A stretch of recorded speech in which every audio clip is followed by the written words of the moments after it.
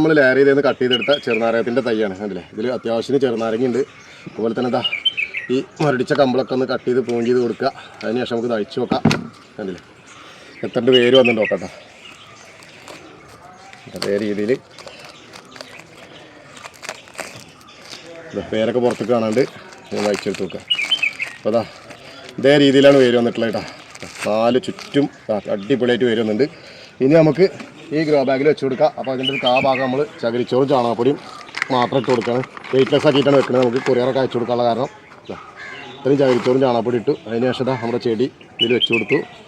വീണ്ടും അതേ ചകിരിച്ചോറും ചാണകപ്പൊടി തന്നെ, മണ്ണ് തീരെ ചേർത്തിട്ടില്ല, ആ വെയിറ്റ് കൂടുന്ന കാരണം.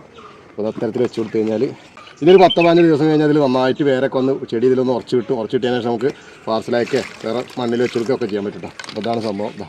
അടിപൊളി പറഞ്ഞാൽ അടിപൊളി തൈ കേട്ടോ. സംഭവം അടിപൊളിയല്ലേ? ഇഷ്ടപ്പെട്ടാൽ ലൈക്ക് ചെയ്യട്ടോ. ബൈ.